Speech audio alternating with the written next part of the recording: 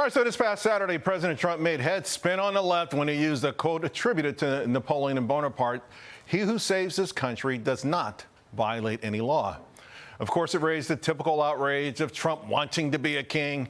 It had me reaching, though, for history books. Listen, I already consider myself a history buff, but I got to be honest, I marvel at how little I know. Now, interestingly, we hear more quotes attributed to historical figures and events than I think ever before. But there are a couple of problems with this. A, we may not like our heroes as much as we thought. For instance, the liberals fell in love with the play Hamilton, but I wouldn't be surprised if they start to fall out of love as they start to learn that maybe some of these Trump tariff policies are very similar to Hamilton's. That might not be the only thing. And then B, what gets me is my other point. Maybe we just don't know enough about history to use it, certainly when we're trying to put others down. Indeed, that must be the takeaway from Margaret Brennan, right, who linked the Holocaust to free speech on Sunday. I mean, golly.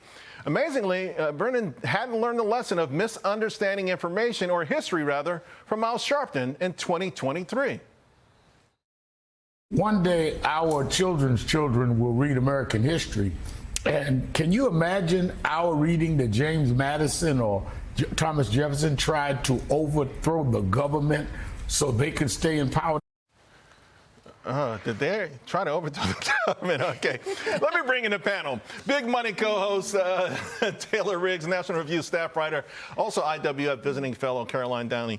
The founding fathers there was the biggest government overthrow, at least in our history, right? The King George. But it's just, you got to be, I guess it's one thing to misquote history if you're just trying to make an observation, but when you're really trying to use it to put someone down and put someone in their place, you better know what you're talking about, Caroline. You got to be super accurate, and I think that's the problem. Is a lot of these pundits, Charles, have a very cursory, superficial understanding of history, so they don't know how to draw these parallels. And by the way, the founding fathers, they didn't know everything, but they were very clairvoyant. They were amazing. And for their ages too. It's just, it's just really remarkable that they were so prescient. Of course.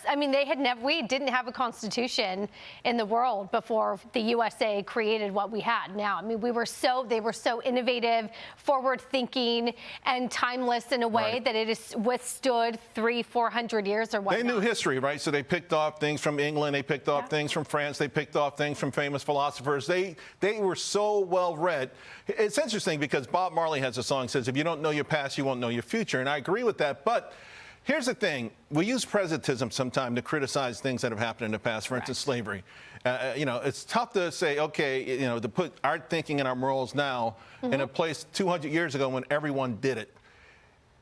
Is there some times in your mind, Taylor, where maybe something that was said or done in the past historically by a revered political figure might be tough to wedge into our circumstances now? So this just brings up a good point. It was a year or two ago. I was in my constitutional law class, and they talk about how you can read and interpret the Constitution if you're on the Supreme Court. And there's the originalists, right, who read the Constitution when they're interpreting documents, interpreted at the time that it was made versus that it's a living document that it moves with us. You have to read these laws and opinions or whatever in the context in which they were made. To your point, to slavery, of course it is wrong.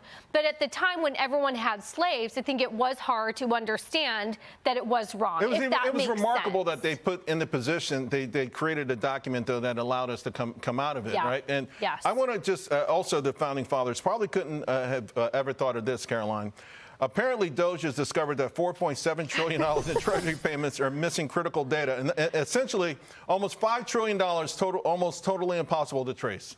Well, and see, this is very interesting because I used to think, well, the founding fathers could have never predicted that our government would have metastasized to this mutated state, but they actually did. In the Federalist Papers, they warned us that the definition of tyranny was the combination of the executive, the judicial, and the legislative branches. That is the administrative state we have right now to a T. Unaccountable to the public, a lot of waste and fraud. That's tyranny. So the founding fathers, once again, were sages on a lot of these matters, and I think we need to look to their example more and read those political theory documents. Now, one thing that they're doing is they're going after that PPP money. You happy about that?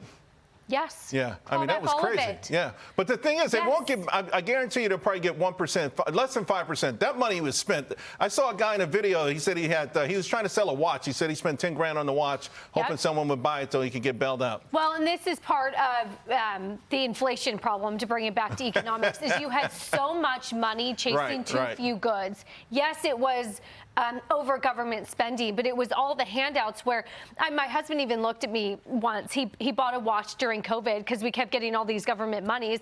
And he looked at me, he was like, our income level, we shouldn't be buying watches that we're buying. Right. We don't make that money, but we do because the government keeps giving us money. And it's this weird upside down world where was able to spend well above my income, claw it back, all of that stuff. Again, desperate measures. Maybe the March 2020, that first loan, but absolutely go through to save small businesses. But the handouts 2 years later, we didn't need it. All right, talking about upside down, there's an article in The Atlantic called "The Coming Democrat Baby Bust." So apparently after Trump won the first time, Democrats stopped having kids. In fact, if you look at the counties with the best fertility, the highest fertility rates, by far they're Republican counties, Caroline. I mean, listen, I believe demographics are destiny. I want to see everyone have kids out there. You and me both. I mean, this shouldn't be a political question. We are far below the replacement rate as a nation. So both Democrats and Republicans need to be having children for civilizational survival. But that being said, I know why Democrats are not doing this. It's because of climate alarmism. They've been fed this paranoia that the planet's going to self-destruct, so they can't have kids because it's dying. Fine by me if they don't. We can outvote them. I gotta, AI's been the topic du jour for the markets, driven our market for 2 years, and I just can't believe how much we're using it. There's a thing in Gallup that says 31% of people have 5 products or more that they use every week. The AI-enabled, another 31% have 6. And apparently we trust AI more than CPAs to do our taxes, and we trust API more than therapists. This is crazy. So they had ChatGPT do therapy on couples, right? And it said they preferred ChatGPT because it was based on 5 factors.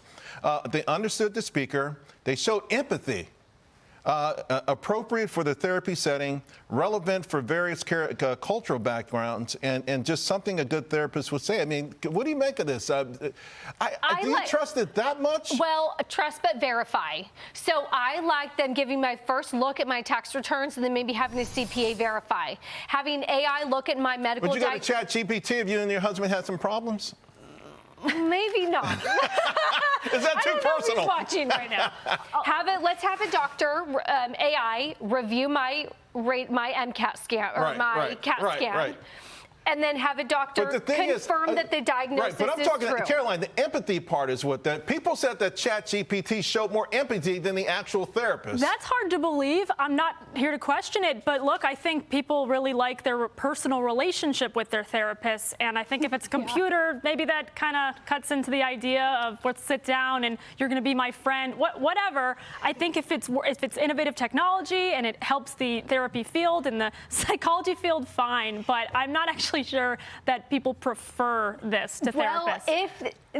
So couples therapy, you have to make sure that the therapist is neutral. So if ChatGPT can be the neutral party, and then my husband's not saying, well, the therapist is siding with you because she likes you more, maybe it'll work. I will say I'm doing taxes right now on TurboTax by myself, and I can take all the help I can get. So ChatGPT, I'm coming. I'm coming for you. Caroline, Taylor, thank you both very, very much. Great stuff. Of course, make sure you watch Taylor on Big Money. It's every day, 12 p.m., right here on Fox Business.